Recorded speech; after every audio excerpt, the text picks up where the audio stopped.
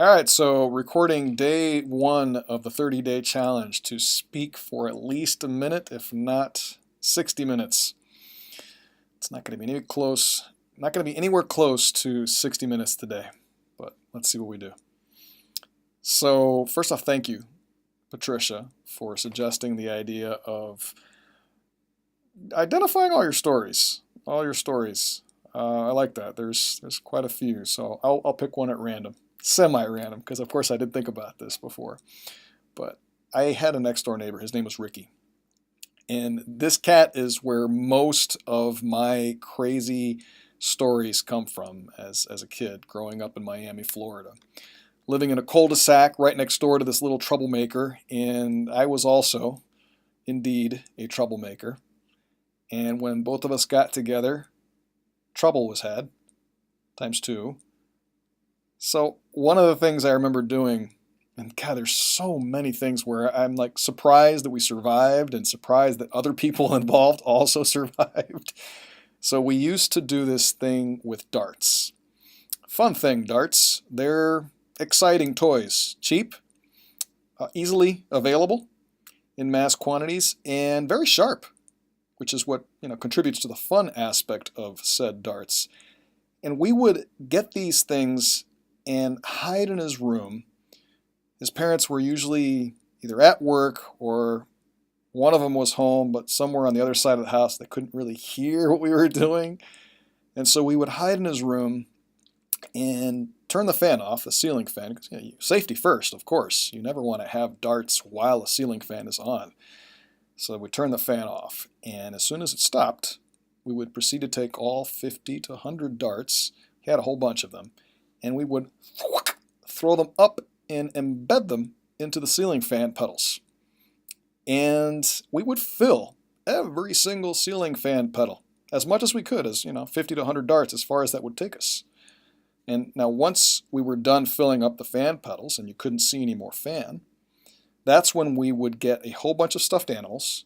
He had lots of stuffed animals. I mean, the small, squishy little bears, the big giant-sized dogs that you win at carnivals, and we would just pile all these things up into a barricade to protect us. Again, safety first. And then we would go to his closet where he'd have all kinds of toys and take out some of his helmets, football helmets, hockey helmets, just helmets, again, safety.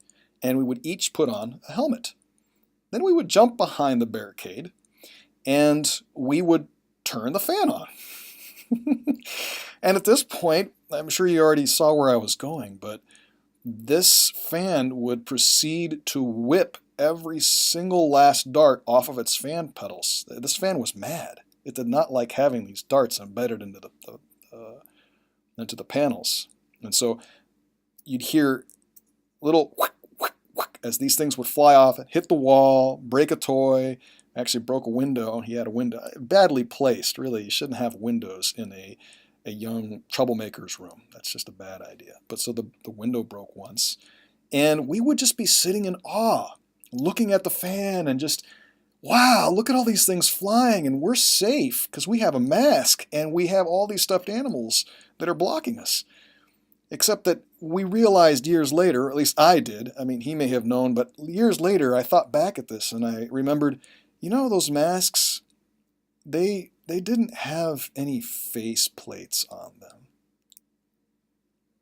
So yeah, we protected the important part, the head, where the brain is, but all of this, we should have gotten hit. I mean, seriously, 50 to 100 darts, one of those puppies should have been a bullseye, at least one. So that's the main thing I was thinking about when you brought up the idea of sharing childhood stories. I'll keep talking for a little bit. Why not? So another one comes to mind. We didn't just set things up to harm ourselves, to give ourselves the opportunity to induce harm. We actually wanted to enjoy this with other people. We wanted to bring other people into this game, whether they knew it or not. And so one of the things that we decided to do was to lay down the law outside of our house. So we would set these booby traps. And we had it in mind that we knew best how people should behave. So, for example, if someone was speeding on a bike or just going too fast on any wheeled device, we should slow them down. We were the policemen of our neighborhood in a way. And so we thought we need to set up some obstructions to keep people from speeding, because I really don't think we had a problem with this. This was more us imagining we had speeders so we'd have an excuse to create this death trap. But we imagined that somebody might go through our house, through our front yard really fast on a bike, and we would not have that. So what would we do? We would create these fishing line stop signs. Yes, this is exactly what they were. We would tie a whole bunch of fishing line around the trees, around the tree trunks. You couldn't see this, mind you, but you could definitely feel this. So if any biker were to trespass and go really fast, or even 5 miles an hour, poor thing, these fishing line stop signs would stop you. Of course, my mom came out, saw the mess that we were doing, and gave us a huge amount of adult perspective on the matter. And so we stopped doing that. What else did Ricky and I do? See, if this ever gets out, yes, this could be great content, but this could also get both of us in some trouble. So this is going to be maybe a little more sensitive story, or I should say insensitive. It's not intended to be insensitive. We were just young kids, so keep that in mind if you disagree with what I'm about to share next. Okay, I'll say it. We loved cats. Okay, we loved cats, but we loved them as toys. We didn't understand these were creatures with feelings. I get that now, and I scold children whenever they're mistreating animals. But cats were our playthings. That being said, there was a time, there were many times, but there was a specific time where we wanted to set up a booby trap for the mailman. Okay, so now we're being insensitive to cats as well as a human being. Again, we caused a lot of trouble back then.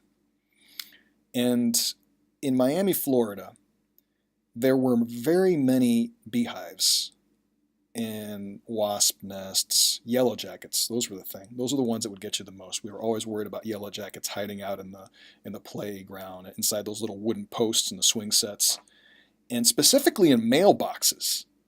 I don't know why this would happen, but we often had a mailbox with a beehive in it. And these things would set up shop within a couple of days, and if you hadn't checked your mail in a few days, you were running the risk of an encounter with a yellow jacket. But we were very observant of this. We were, I guess, entrepreneurs in a way. Noticing a situation and taking advantage of this opportunity to create something new. In this case, it was a yellow jacket cat mailbox mailman booby trap. And so, yes, we found a stray cat. This is the part where you're going to hate me. And we put this lovely cat into the mailbox right before the mailman arrived, because we had timed this. Again, entrepreneurs.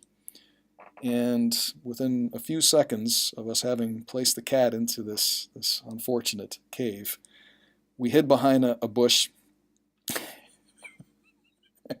and watched in horror, of course, as our wildest dream came true, and the mailman did not deliver anything that day, but got delivered to. All right, so I'm going to stop. Let me find a redeeming thing to share, because so far everything I've shared is quite, just doesn't really speak very highly of my past. All right, so how about this? One of the things that we did a lot of creative things, but one of the things that we did was we really got into the movie E.T. Back then, that movie it engendered so much creativity and imagination, and definitely myself, but in so many other people that I hung with. Spielberg was he always been an amazing guy in being able to tell a story. And when we watched E.T., that movie made such an impact on me, as well as Ricky and my brother. Actually, he kind of just tagged along. I don't think he liked it as much, but he would follow with our plots as well. But we got so excited about this movie that we decided to break a lot of our toys.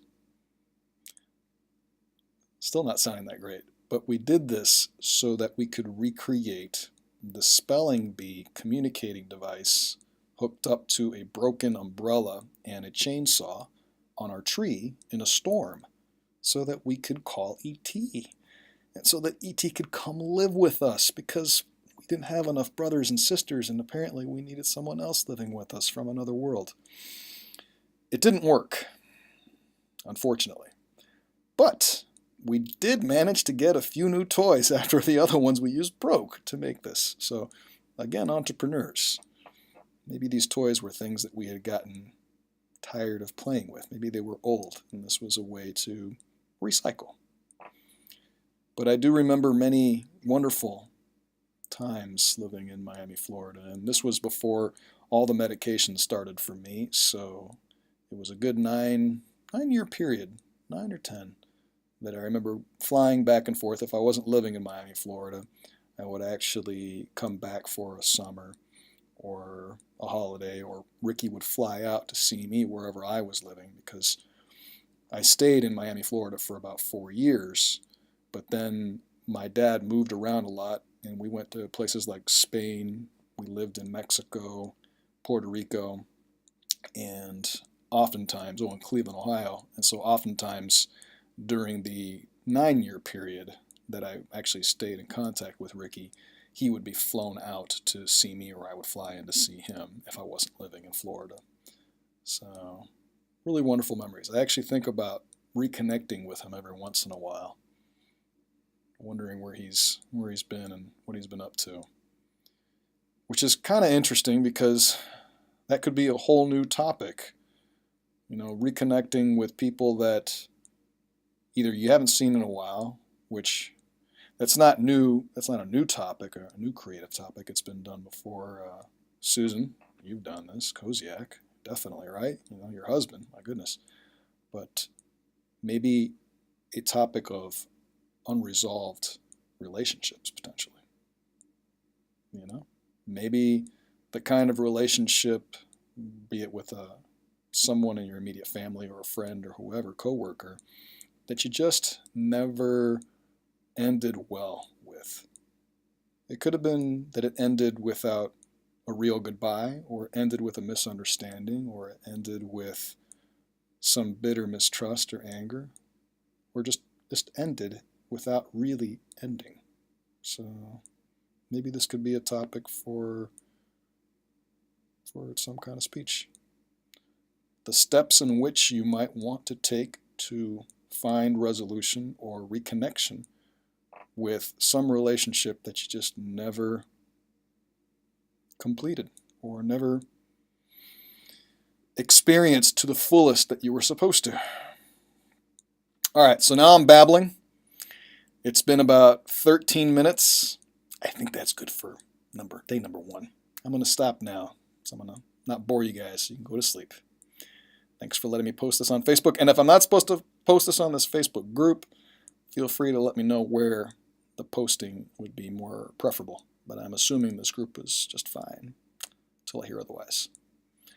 Good night, folks.